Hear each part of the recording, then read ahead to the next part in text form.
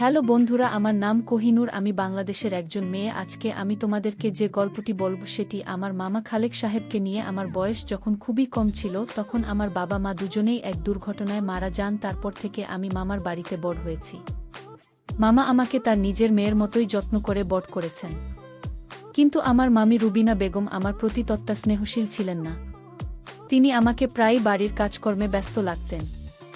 মামার বাড়িতে আমার জীবনটা ছিল এক অদ্ভুত মিশ্রণ। মামা ছিলেন একজন ছোটখাটো ব্যবসায়ী।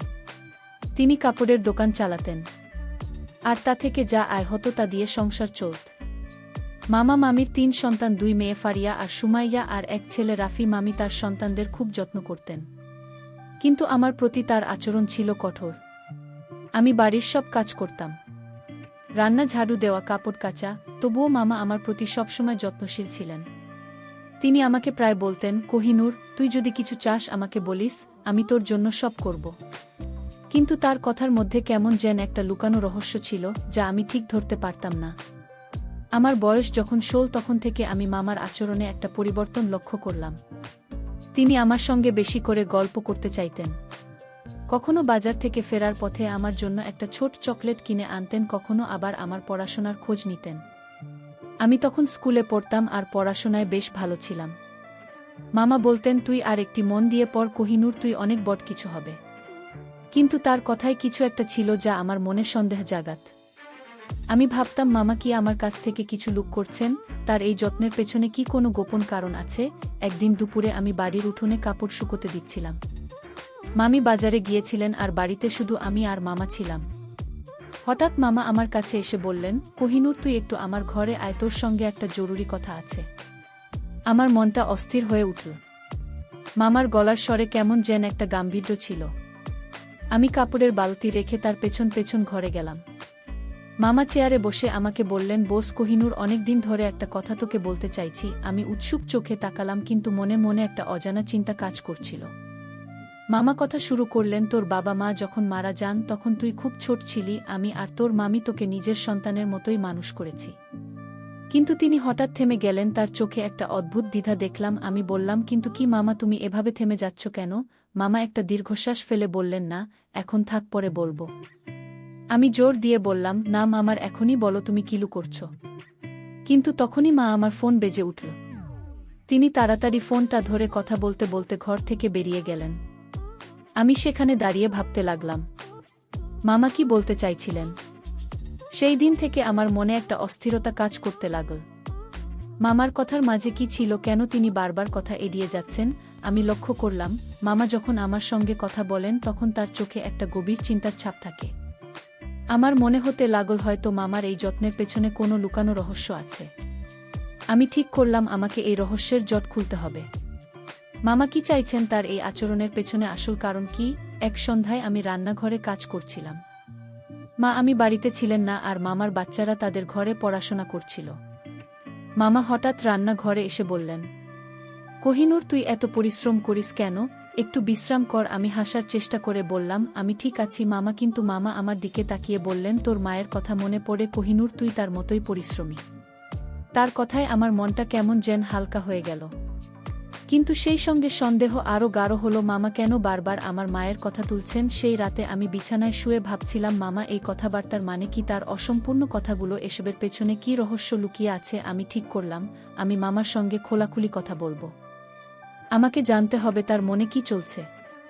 কিন্তু আমার মনের কোণে একটা চিন্তাও কাজ করছিল। যদি আমার সন্দেহ সত্যি হয়, এই চিন্তার রহস্যের জালে আমি ক্রমশ জড়িয়ে পড়ছিলাম। মামার সেই অসম্পূর্ণ কথাগুলো আমার মনের মধ্যে ঘুরপাক খাচ্ছে। রাতে ঘুমোতে গিয়েও আমি শান্তি পাচ্ছিলাম না। মামার কথার মাঝে লুকানো দ্বিধা, এসব আমাকে বারবার ভাবিয়ে তুলছিল। আমি ঠিক করলাম, আমাকে মামার সঙ্গে খোলাখুলি কথা বলতে হবে। কিন্তু তার আগে আমার মনে হলো আমার আর একটু সতর্ক হওয়া দরকার। মামার বাড়িতে আমি যতই নিজের মতো থাকি, তবুও আমি এখানে একজন বাইরের মানুষ। আমার সন্দেহ যদি সত্যি হয় তাহলে কি হবে? এই চিন্তা আমাকে কিছুটা দ্বিধায় ফেলে দিয়েছিল। পরের দিন সকালে আমি বাড়ির কাজে ব্যস্ত ছিলাম। মামি তখন ফারিয়া আর সুমাইয়াকে নিয়ে কোথাও বেড়াতে গিয়েছিলেন। রাফি তো আর বন্ধুদের সঙ্গে খেলতে বেরিয়েছিল বাড়িতে। শুধু আমি আর মামা ছিলাম। আমি রান্নাঘরে চা বানাচ্ছিলাম। হঠাৎ মামা এসে বললেন, কোহিনূর তুই এত পরিশ্রম করিস কেন, একটু বসে গল্প কর। আমি হাসার চেষ্টা করে বললাম, মামা কাজ না করলে মামি রাগ করবেন। কিন্তু মামা জোর দিয়ে বললেন, থাক, মামির কথা পরে ভাবা যাবে, তুই একটু আমার সঙ্গে বস। আমার মনের ভেতর আবার সেই সন্দেহের ঢেউ উঠল। মামা কেন এত জোর দিচ্ছেন? আমি চায়ের কাপ হাতে নিয়ে মামার সঙ্গে বসলাম। তিনি চুপচাপ চা খাচ্ছিলেন আর আমার দিকে মাঝে মধ্যে তাকাচ্ছিলেন। আমি সাহস করে বললাম, মামা তুমি গতকাল আমাকে কিছু বলতে চাইছিলে কিন্তু পুরোটা বললে না, কি কথা ছিল সেটা? মামা একটু চমকে উঠলেন, তারপর একটা দীর্ঘশ্বাস ফেলে বললেন, কোহিনূর তুই অনেক বড় হয়ে গেছিস। আমি তোকে একটা গুরুত্বপূর্ণ কথা বলতে চাই কিন্তু ভয় হয়, তুই যদি ভুল বুঝিস। আমার বুকের ভেতর ধকধক শুরু হলো। আমি বললাম, মামা তুমি পরিষ্কার করে বল, আমি কাউকে কিছু বলবো না। মামা একটু চুপ করে থেকে বললেন, তোর মা আমার খুব আদরের বোন ছিল। সে যখন বেঁচে ছিল তখন আমাকে একটা দায়িত্ব দিয়েছিল। আমি সেই দায়িত্ব পালন করার চেষ্টা করছি। কিন্তু তিনি আবার থেমে গেলেন। আমি অধৈর্য হয়ে বললাম, কিন্তু কি মামা, তুমি এভাবে অর্ধেক কথা বলে থেমে যাচ্ছ কেন? মামা হাসার চেষ্টা করে বললেন, আর একটু সময় দে কোহিনূর, সবকিছু ঠিক সময় বলবো। আমার মনে হলো মামা কিছু একটা লুকাচ্ছেন। তার কথার মধ্যে যেন একটা গভীর রহস্য ঘুরপাক খাচ্ছে। সেদিন বিকেলে আমি বাড়ির পেছনে উঠোনে একা বসে ভাবছিলাম, মামার এই আচরণ আমাকে ক্রমশ বিভ্রান্ত করছিল। তিনি কেন আমার সঙ্গে এভাবে কথা বলছেন? তার কথার মধ্যে কি আছে যা তিনি আমাকে বলতে পারছেন না? আমি মনে মনে ঠিক করলাম আমাকে আর একটু গভীরভাবে পর্যবেক্ষণ করতে হবে। মামার আচরণের পেছনে কোনো কারণ আছে, আর আমি সেটা জানবই। আমার মনের কোনো একটা চিন্তাও কাজ করছিল। যদি আমার ধারণা সত্যি হয়, আমি কি তখন নিজেকে সামলাতে পারবো? পরদিন সকালে আমি লক্ষ্য করলাম মামা বাড়ি থেকে তাড়াতাড়ি বেরিয়ে গেলেন। তিনি কোথায় যাচ্ছেন কাউকে বললেন না। আমি মামির কাছে জিজ্ঞাসা করলাম, মামি মামা এত তাড়াতাড়ি কোথায় গেলেন? মা আমি একটু বিরক্ত হয়ে বললেন, তোর মামার কাজের কথা আমি কি জানবো, তুই তোর কাজে মন দে। মামির কথায় আমার সন্দেহ আরও বাড়ল। মামাকে এমন কিছু করছেন যা মামিও জানেন না। আমি ঠিক করলাম আমি মামার পেছনে একটু নজর রাখব। সেদিন বিকেলে মামা ফিরলেন, তার হাতে একটা ছোট ব্যাগ ছিল যেটা তিনি তাড়াতাড়ি তার ঘরে রেখে দিলেন। আমি রান্নাঘর থেকে লক্ষ্য করছিলাম, মামা যেন একটু উদ্বিগ্ন। তিনি আমাকে দেখে হাসলেন, কিন্তু সেই হাসিতে কেমন যেন একটা অস্বস্তি ছিল। আমি সাহস করে বললাম, মামা তুমি কোথায় গিয়েছিলে? তোমার মুখটা এমন মলিন কেন? মামা একটু থতমত খেয়ে বললেন, কিছু না কোহিনূর, ব্যবসার কাজে একটু বেরিয়েছিলাম। কিন্তু তার কথায় আমি পুরোপুরি সন্তুষ্ট হলাম না। সেই রাতে আমি ঘুমোতে যাওয়ার আগে মামার ঘরের দরজার কাছে দাঁড়িয়ে শুনলাম তিনি ফোনে কারো সঙ্গে কথা বলছেন। তার গলার স্বর খুব নিচু ছিল, কিন্তু আমি শুনতে পেলাম, হ্যাঁ আমি চেষ্টা করছি। কিন্তু ও যদি ভুল বোঝে? আমার মনটা আবার অস্থির হয়ে উঠল। মামা কার সঙ্গে কথা বলছেন? আমার সম্পর্কে কি বলছেন? আমি ঠিক করলাম আমাকে এই রহস্যের আরও গভীরে যেতে হবে। মামার এই লুকোচুরির পেছনে কি আছে তা আমাকে জানতেই হবে। মামার ফোনের কথা শোনার পর আমার মনের অস্থিরতা আরও বেড়ে গেল। তিনি কার সঙ্গে কথা বলছিলেন? আমার সম্পর্কে কেন এমন গোপনীয়তা রক্ষা করছেন? আমি ঠিক করলাম আমাকে আরও সতর্ক হতে হবে। মামার আচরণের পেছনে কি আছে তা জানা আমার জন্য এখন জরুরি হয়ে দাঁড়িয়েছে। আমি আর শুধু সন্দেহ করে বসে থাকতে পারি না। আমার মনে হলো মামার সেই ব্যাগে হয়তো কোনো সূত্র লুকিয়ে আছে। কিন্তু তার ঘরে ঢুকে ব্যাগ দেখা কি ঠিক হবে? আমার মন দ্বিধায় পড়ে গেল। পরদিন সকালে মামা তার দোকানে যাওয়ার জন্য তৈরি হচ্ছিলেন। আমি রান্নাঘরে কাজ করছিলাম, আর লক্ষ্য করলাম মামা তার ঘর থেকে সেই ছোট ব্যাগটা নিয়ে বেরিয়ে গেলেন। আমার কৌতূহল আরও বাড়ল, ওই ব্যাগে কি আছে? মামা কেন এটা নিয়ে এত গোপনীয়তা করছেন? আমি মামির কাছে গিয়ে নিচু স্বরে জিজ্ঞেস করলাম, মামি মামাকে কোনো নতুন ব্যবসার কথা ভাবছেন? তিনি কাল থেকে একটা ব্যাগ নিয়ে বেশি যত্ন করছেন। মামি একটু বিরক্ত হয়ে বললেন, তোর মামার ব্যাপার আমি কি জানি, তুই বেশি প্রশ্ন করিস না। মামির কথায় আমার সন্দেহ আরও গাঢ় হলো। দুপুরে মামা ফিরলেন, কিন্তু ব্যাগটা তার হাতে ছিল না। আমি ভাবলাম হয়তো তিনি দোকানে রেখে এসেছেন। আমি সুযোগ পেয়ে মামার ঘরের দিকে গেলাম। দরজা খোলা ছিল, আর আমি ভেতরে হুমকি দিলাম। মামার টেবিলের উপর একটা পুরনো খাম দেখলাম। আমার মন বলল এটা দেখা উচিত নয়, কিন্তু কৌতূহল আমাকে টানল। আমি খামটা হাতে নিলাম। খামের উপর লেখা ছিল কোহিনূরের জন্য। আমার হাত কেঁপে উঠল। এটা কি? আমি খামটা খুলতে যাব, ঠিক তখনই ভারিয়ার গলা শুনলাম, কোহিনূর আপু তুমি এখানে কি করছো? আমি তাড়াতাড়ি খামটা রেখে দিলাম। ফারিয়ার দিকে তাকিয়ে আমি হাসার চেষ্টা করে বললাম, কিছু না ভারিয়া, মামার জন্য একটা জিনিস খুঁজছিলাম। ফারিয়া একটু অবাক হয়ে তাকাল কিন্তু কিছু বলল না। আমি তাড়াতাড়ি ঘর থেকে বেরিয়ে এলাম। আমার মনের ভেতর ঝড় বয়ে যাচ্ছিল। মামা আমার জন্য কি রেখেছেন? কেন তিনি এটা নিয়ে কিছু বলছেন না? আমার মনে হলো আমি হয়তো মামাকে ভুল বুঝছি, কিন্তু তারপরও আমার সন্দেহ যাচ্ছিল না। আমি ঠিক করলাম আমি মামার সঙ্গে সরাসরি কথা বলবো। সন্ধ্যায় মামা বাড়ি ফিরলেন। আমি রান্নাঘরে তাকে একা পেয়ে বললাম, মামা আমি তোমার ঘরে একটা খাম দেখলাম, তাতে আমার নাম লেখা ছিল। ওটা কি? মামা একটু চমকে উঠলেন, তারপর শান্ত গলায় বললেন, কোহিনূর তুই অনেক কৌতূহলী হয়ে গেছিস, ওটা তোর জন্যই, কিন্তু এখনো সময় হয়নি।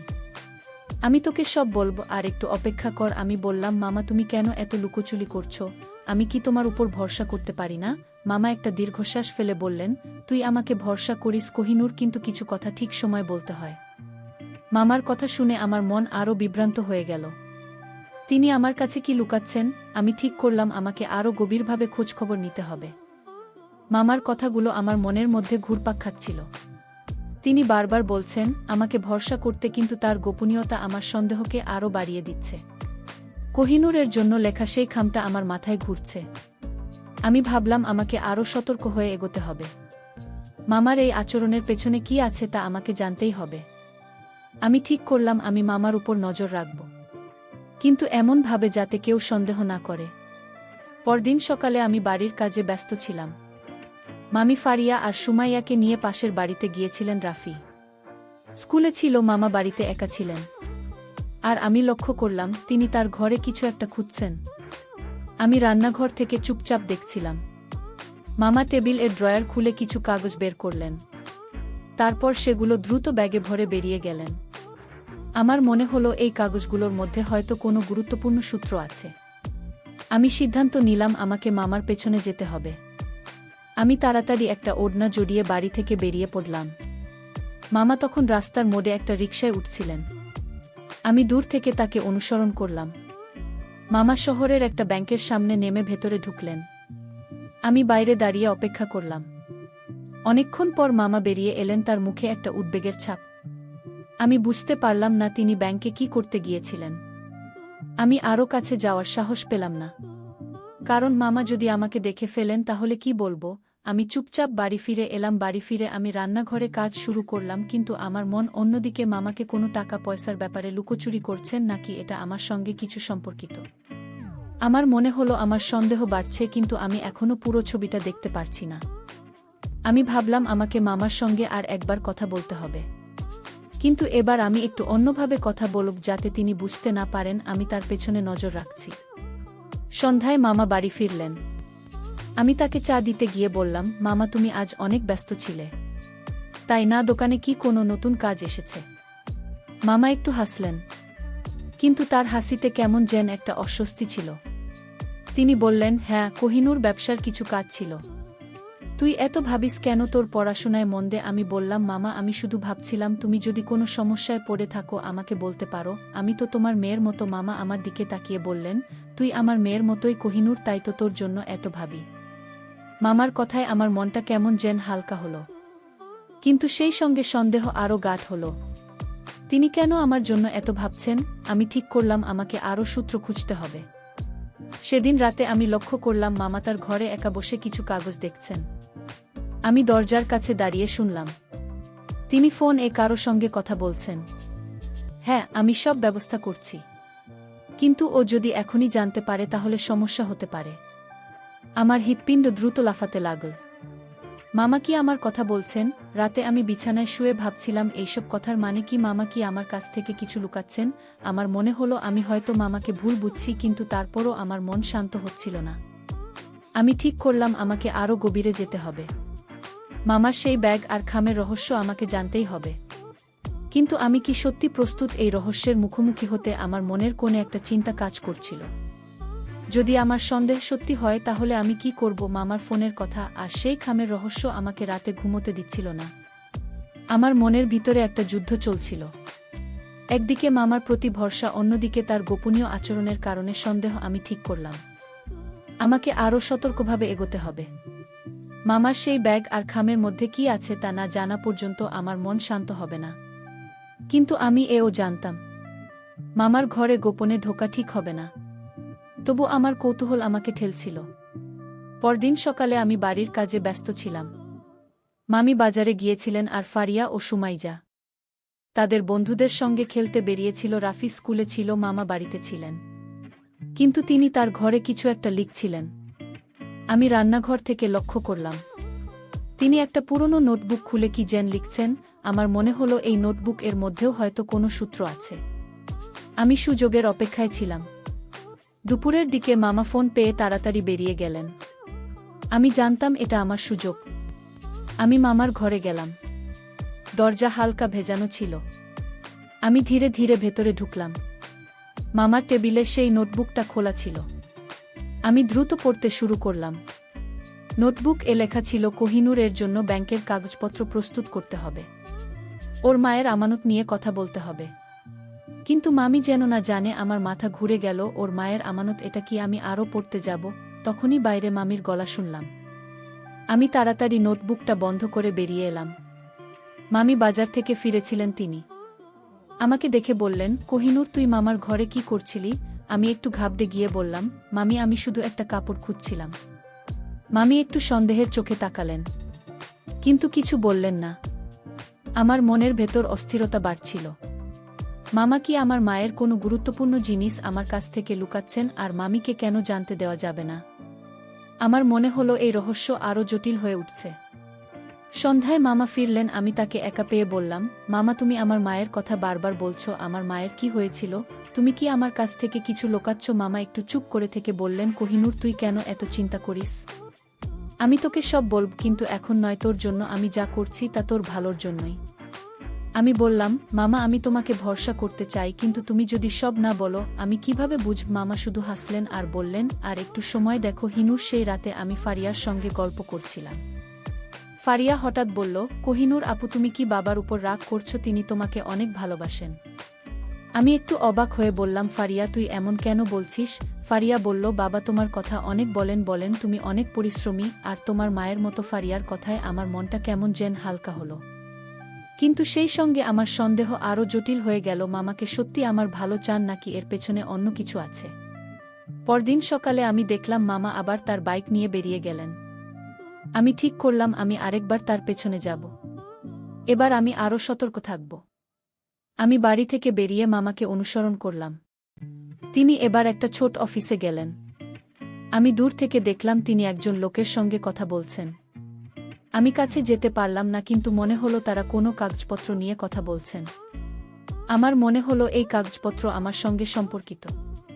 আমি বাড়ি ফিরে এলাম, কিন্তু আমার মনের ভেতর শুধু একটা প্রশ্ন, মামা কি লোকাচ্ছেন রাতে? আমি বিছানায় শুয়ে ভাবছিলাম, আমি কি আমাকে ভুল বুঝছি? তার এই গোপনীয়তার পেছনে কি সত্যি আমার ভালোর জন্য কিছু আছে? আমি ঠিক করলাম আমাকে আর একটু অপেক্ষা করতে হবে। কিন্তু আমার মনের কোণে একটা চিন্তা কাজ করছিল, যদি আমার সন্দেহ সত্যি হয় তাহলে আমি কিভাবে মামার মুখোমুখি হব? আমার হৃৎপিণ্ড বলছিল এই রহস্যের জট আরও জটিল হয়ে উঠছে। মামার গোপনীয়তা আমার মনকে ক্রমশ অস্থির করে তুলছিল। সেই নোটবুকে লেখা আমার মায়ের আমানত কথাটা আমার মাথায় ঘুরছিল। আমি বুঝতে পারছিলাম না এটা কি হতে পারে। মামা কেন এত গোপনে কাজ করছেন, আর মামিকে কেন জানতে দেওয়া যাবে না? আমি ঠিক করলাম আমাকে আরও সূত্র খুঁজতে হবে। মামা সেই অফিসে যাওয়া, কাগজপত্র নিয়ে কথা বলা, এসবের পেছনে নিশ্চয়ই কিছু আছে। আমি সিদ্ধান্ত নিলাম আমি মামার সঙ্গে খোলাখুলি কথা বলবো, কিন্তু তার আগে আমার আর একটু তথ্য জানা দরকার। পরদিন সকালে আমি বাড়ির কাজ করছিলাম। মামা তার দোকানে যাওয়ার জন্য তৈরি হচ্ছিলেন। আমি লক্ষ্য করলাম তিনি আবার সেই ছোট ব্যাগটা হাতে নিয়েছেন। আমার মনে হলো এই ব্যাগের মধ্যে হয়তো আমার সন্দেহের উত্তর লুকিয়ে আছে। আমি মামাকে জিজ্ঞেস করলাম, মামা, তুমি আজ আবার ব্যস্ত থাকবে? কোনো নতুন কাজ হচ্ছে? মামা একটু হেসে বললেন, কোহিনূর, তুই এত প্রশ্ন করিস কেন? আমি একটা গুরুত্বপূর্ণ কাজে যাচ্ছি। তুই তোর পড়াশোনায় মন দে। তার কথায় আমার সন্দেহ আরও বাড়ল। মামা বেরিয়ে যাওয়ার পর আমি মামির সঙ্গে কথা বলার চেষ্টা করলাম। আমি বললাম, মামি, মামা কি কোনো বড় কাজের পরিকল্পনা করছেন? তিনি কিছুদিন ধরে খুব ব্যস্ত। মামি একটু রেগে গিয়ে বললেন, তোর মামার ব্যাপারে তুই এত কৌতূহল কেন দেখাস? তুই বাড়ির কাজ ঠিকমতো কর। মামির কথায় আমি চুপ করে গেলাম। কিন্তু আমার মনে হলো মামি হয়তো কিছু জানেন না। আমি ঠিক করলাম আমাকে মামার পেছনে আরেকবার যেতে হবে। দুপুরে আমি আবার মামাকে অনুসরণ করলাম। এবার তিনি একটা পুরনো বাড়ির সামনে গেলেন। আমি দূর থেকে দেখলাম তিনি একজন বয়স্ক লোকের সঙ্গে কথা বলছেন। তাদের হাতে কিছু কাগজ ছিল, আর মামা খুব মনোযোগ দিয়ে কথা বলছিলেন। আমি কাছে যেতে পারলাম না, কিন্তু আমার মনে হলো এই কথোপকথন আমার সঙ্গে সম্পর্কিত। আমি বাড়ি ফিরে এলাম, কিন্তু আমার মন শান্ত হচ্ছিল না। আমি ভাবলাম আমাকে মামার সঙ্গে সরাসরি কথা বলতে হবে। সন্ধ্যায় মামা বাড়ি ফিরলেন। আমি তাকে একা পেয়ে বললাম, মামা, আমি আর লুকোচুরি সহ্য করতে পারছি না। তুমি আমার মায়ের কি আমানতের কথা বলছিলে? আমি তোমার নোটবুক দেখেছি, তুমি আমার কাছ থেকে কি লুকোচ্ছ? মামা একটু চমকে উঠলেন, তারপর শান্ত গলায় বললেন, কোহিনূর, তুই এতদূর গিয়েছিস, আমি তোকে বলেছি সবকিছু ঠিক সময়ে বলবো, তুই কেন আমাকে ভরসা করছিস না? আমি বললাম, মামা, আমি তোমাকে ভরসা করতে চাই, কিন্তু তুমি যদি সব না বলো আমি কিভাবে শান্ত থাকব? মামা একটা দীর্ঘশ্বাস ফেলে বললেন, ঠিক আছে কোহিনূর, আমি তোকে একটা কথা বলি। তোর মা মারা যাওয়ার আগে আমাকে একটা দায়িত্ব দিয়েছিল। আমি সেই দায়িত্ব পালন করার চেষ্টা করছি, কিন্তু এখনই সব বলা যাবে না। তুই আর একটু অপেক্ষা কর। আমার মনটা কেমন যেন হালকা হলো, কিন্তু সেই সঙ্গে আমার সন্দেহ আরও গভীর হলো। মামা কি সত্যি আমার ভালো চান, নাকি এর পেছনে অন্য কিছু আছে? সেই রাতে আমি ভারিয়ার সঙ্গে কথা বলছিলাম। ভারিয়া বলল, কোহিনূর আপু বাবা কিছুদিন ধরে খুব চিন্তিত। আমি শুনেছি তিনি তোমার জন্য কিছু করতে চান। আমি অবাক হয়ে বললাম, ফারিয়া, তুই কি শুনেছিস? ভারিয়া বলল, আমি ঠিক জানি না, কিন্তু বাবা বলছিলেন তোমার জন্য একটা বড় সুরপ্রিসে আছে। ফারিয়ার কথায় আমার মনটা আরও জটিল হয়ে গেল। মামারই সারপ্রাইজ কি হতে পারে? আমি কি তাকে ভুল বুঝছি? রাতে বিছানায় শুয়ে আমি ভাবছিলাম, আমি কি মামাকে বেশি সন্দেহ করছি? তার এই গোপনীয়তার পেছনে কি সত্যিই আমার ভালোর জন্য কিছু আছে? আমি ঠিক করলাম আমি আর একটু অপেক্ষা করব। কিন্তু আমার মনের কোণে একটা চিন্তা কাজ করছিল। যদি আমার সন্দেহ সত্যি হয় তাহলে আমি কি করব? আমার হৃৎপিণ্ড বলছিল এই রহস্যের জট আরও গভীর হয়ে উঠছে। আমি কি এর উত্তর পেতে প্রস্তুত? ফারিয়ার কথাগুলো আমার মনে নতুন একটা আশা জাগাল, কিন্তু সেই সঙ্গে আমার সন্দেহ আরও জটিল হয়ে গেল। মামার সেই সারপ্রাইজ কি হতে পারে? আমার মায়ের আমানতের কথা, ব্যাংকের কাগজপত্র আর মামার গোপন আচরণ, এসবের মধ্যে কি যোগসূত্র আছে? আমি ঠিক করলাম আমাকে আর একটু ধৈর্য ধরতে হবে, কিন্তু এবার আমি মামার সঙ্গে আরও খোলাখুলি কথা বলবো। আমার মনের চিন্তা আর কৌতূহল আমাকে আর চুপ করে থাকতে দিচ্ছিল না। পরদিন সকালে আমি বাড়ির কাজে ব্যস্ত ছিলাম। মামা তার দোকানে যাওয়ার জন্য তৈরি হচ্ছিলেন। আমি লক্ষ্য করলাম তিনি আজ ব্যাগটা নেননি। এটা আমার জন্য একটা সুযোগ হতে পারে। আমি ভাবলাম মামার ঘরে যদি কোনো সূত্র থাকে তাহলে আজই আমার খুঁজে বের করতে হবে। মামি বাড়িতে ছিলেন, তাই আমাকে খুব সতর্ক থাকতে হবে। আমি মামিকে বললাম, মামি, আমি মামার ঘরে একটা কাপড় রেখে এসেছি, নিয়ে আসি। মামি কিছু না বলে শুধু মাথা নাড়লেন। আমি মামার ঘরে ঢুকলাম। টেবিল এর উপর সেই পুরনো খামটা ছিল যেটার উপর কোহিনূরের জন্য লেখা। আমি দ্রুত খামটা খুললাম। ভেতরে একটা চিঠি আর কিছু কাগজ ছিল। চিঠিতে লেখা ছিল, খালেক, আমার মেয়ে কোহিনূরের জন্য এই আমানত রাখছি। ওর 18 বছর পূর্ণ হলে ওকে এটা দিও। আমার চোখ ভিজে গেল। এটা আমার মায়ের লেখা, কিন্তু আমানতটা কি? আমি কাগজগুলো দেখলাম, সেগুলো ছিল একটা ব্যাংকের বিল-এর কাগজ। আমার মাথা ঘুরে গেল। এটা কি সত্যি? আমি চিঠি আর কাগজগুলো যথাস্থানে রেখে দিলাম। আমার মনের ভেতর ঝড় বয়ে যাচ্ছিল। মামা কি এই আমানতের কথা লুকাচ্ছিলেন? কিন্তু কেন? আমি বাড়ি থেকে বেরিয়ে মামার দোকানের দিকে গেলাম। আমি আর অপেক্ষা করতে পারছিলাম না। আমাকে এখনই মামার সঙ্গে কথা বলতে হবে। দোকানে পৌঁছে দেখলাম মামা একা বসে কিছু হিসাব করছেন। আমি বললাম, মামা, আমি তোমার ঘরে মায়ের চিঠি দেখেছি। তুমি আমার কাছ থেকে কেন এটা লুকিয়েছ? মামা চমকে উঠলেন। তারপর শান্ত গলায় বললেন, কোহিনূর, তুই এতদূর গিয়েছিস। আমি তোকে বলেছিলাম ঠিক সময় সব বলবো।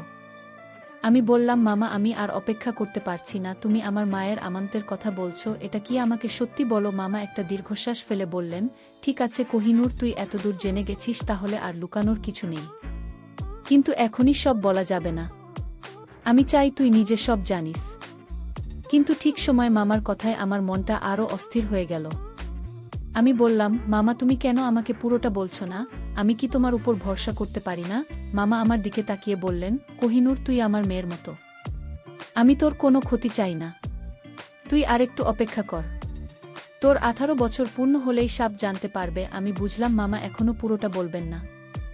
আমি দোকান থেকে ফিরে এলাম, কিন্তু আমার মন শান্ত হলো না। সেই রাতে আমি ভারিয়ার সঙ্গে কথা বলছিলাম। ফারিয়া বলল, কোহিনূর আপু বাবা আজ আমাকে বলছিলেন তোমার জন্য তিনি অনেক করতে চান। তিনি বলছিলেন তোমার জীবনটা যেন ভালোভাবে গড়ে ওঠে। ফারিয়ার কথায় আমার মনটা কিছুটা হালকা হলো, কিন্তু আমার সন্দেহ এখনো যায়নি। আমি ভাবলাম মামা কি সত্যি আমার ভালো চান, নাকি এই আমানতের পেছনে অন্য কিছু আছে। রাতে বিছানায় শুয়ে আমি ভাবছিলাম আমার 18 বছর পূর্ণ হতে আর মাত্র কয়েকদিন বাকি। মামা বারবার বলছেন ঠিক সময় সব বলবেন। আমি কি তাকে ভুল বুঝছি? আমার মন বলছিল এই রহস্যের জট আরও গভীর। আমি কি সত্যি এর উত্তর পেতে প্রস্তুত? আমার হৃৎপিণ্ড বলছিল সত্যটা খুব কাছে, কিন্তু আমি এখনো পুরো ছবিটা দেখতে পারছি না। আমার 18 বছর পূর্ণ হওয়ার দিন এসে গেল। মামার গোপনীয়তা, সেই খাম নোটবুক আর আমানতের কথা আমার মনকে অস্থির করে রেখেছিল। আমি আর অপেক্ষা করতে পারছিলাম না। আমি ঠিক করলাম আজ মামাকে সব খোলাখুলি জিজ্ঞেস করব। আমার মায়ের আমানতের রহস্য আমাকে জানতেই হবে। আমার মনের চিন্তা আর কৌতূহল আমাকে আর চুপ করে থাকতে দিচ্ছিল না। আমি ভাবছিলাম আজই সেই দিন যখন মামার সব লুকানো কথা আমার সামনে প্রকাশিত হবে। সকালে আমি বাড়ির কাজ শেষ করে মামার দোকানে গেলাম। মামা একা বসেছিলেন, তার হাতে সেই ছোট ব্যাগটা। আমি দরজায় দাঁড়িয়ে বললাম, মামা আজ আমার 18 বছর পূর্ণ হয়েছে। তুমি বলেছিলে ঠিক সময় আমাকে সব বলবে। এখন সেই সময়, আমাকে বলো তুমি কি লুকাচ্ছিলে? মামা আমার দিকে তাকিয়ে একটা হাসি দিলেন, কিন্তু এবার তার হাসিতে কোনো অস্বস্তি ছিল না। তিনি বললেন, চল কোহিনূর, আজ তোকে সব দেখাবো। মামা আমাকে নিয়ে ব্যাংকে গেলেন। আমি একটু অবাক হলাম। ব্যাংকে গিয়ে মামা একজন অফিসারের সঙ্গে কথা বললেন। তিনি আমাকে বসতে বললেন আর একটা ফাইল বের করলেন। ফাইলে ছিল একটা পিসের কাগজ, যেটা আমার মায়ের নামে খোলা হয়েছিল।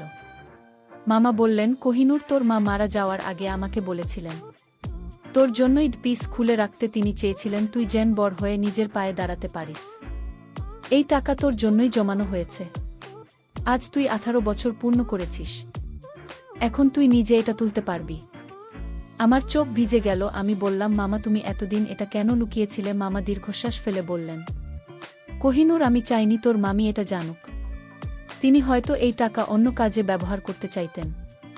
আমি তোর মায়ের ইচ্ছা পূরণ করতে চেয়েছিলাম, তাই আমি এত গোপনীয়তা করেছি।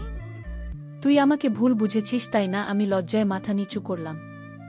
আমি বললাম, মামা আমি তোমাকে ক্ষমা চাই। আমি ভেবেছিলাম তুমি আমার কাছ থেকে কিছু লুকাচ্ছ। মামা হেসে বললেন, কোহিনূর, তুই আমার মেয়ের মতো। আমি তোর কোনো ক্ষতি চাই না। আমি শুধু চেয়েছিলাম তোর মায়ের স্বপ্ন পূরণ হোক। এই টাকা দিয়ে তুই পড়াশোনা চালিয়ে যা, নিজের জীবন গড়ে তুল। আমি কাঁদতে কাঁদতে বললাম, মামা তুমি আমার জন্য এত কিছু করেছ।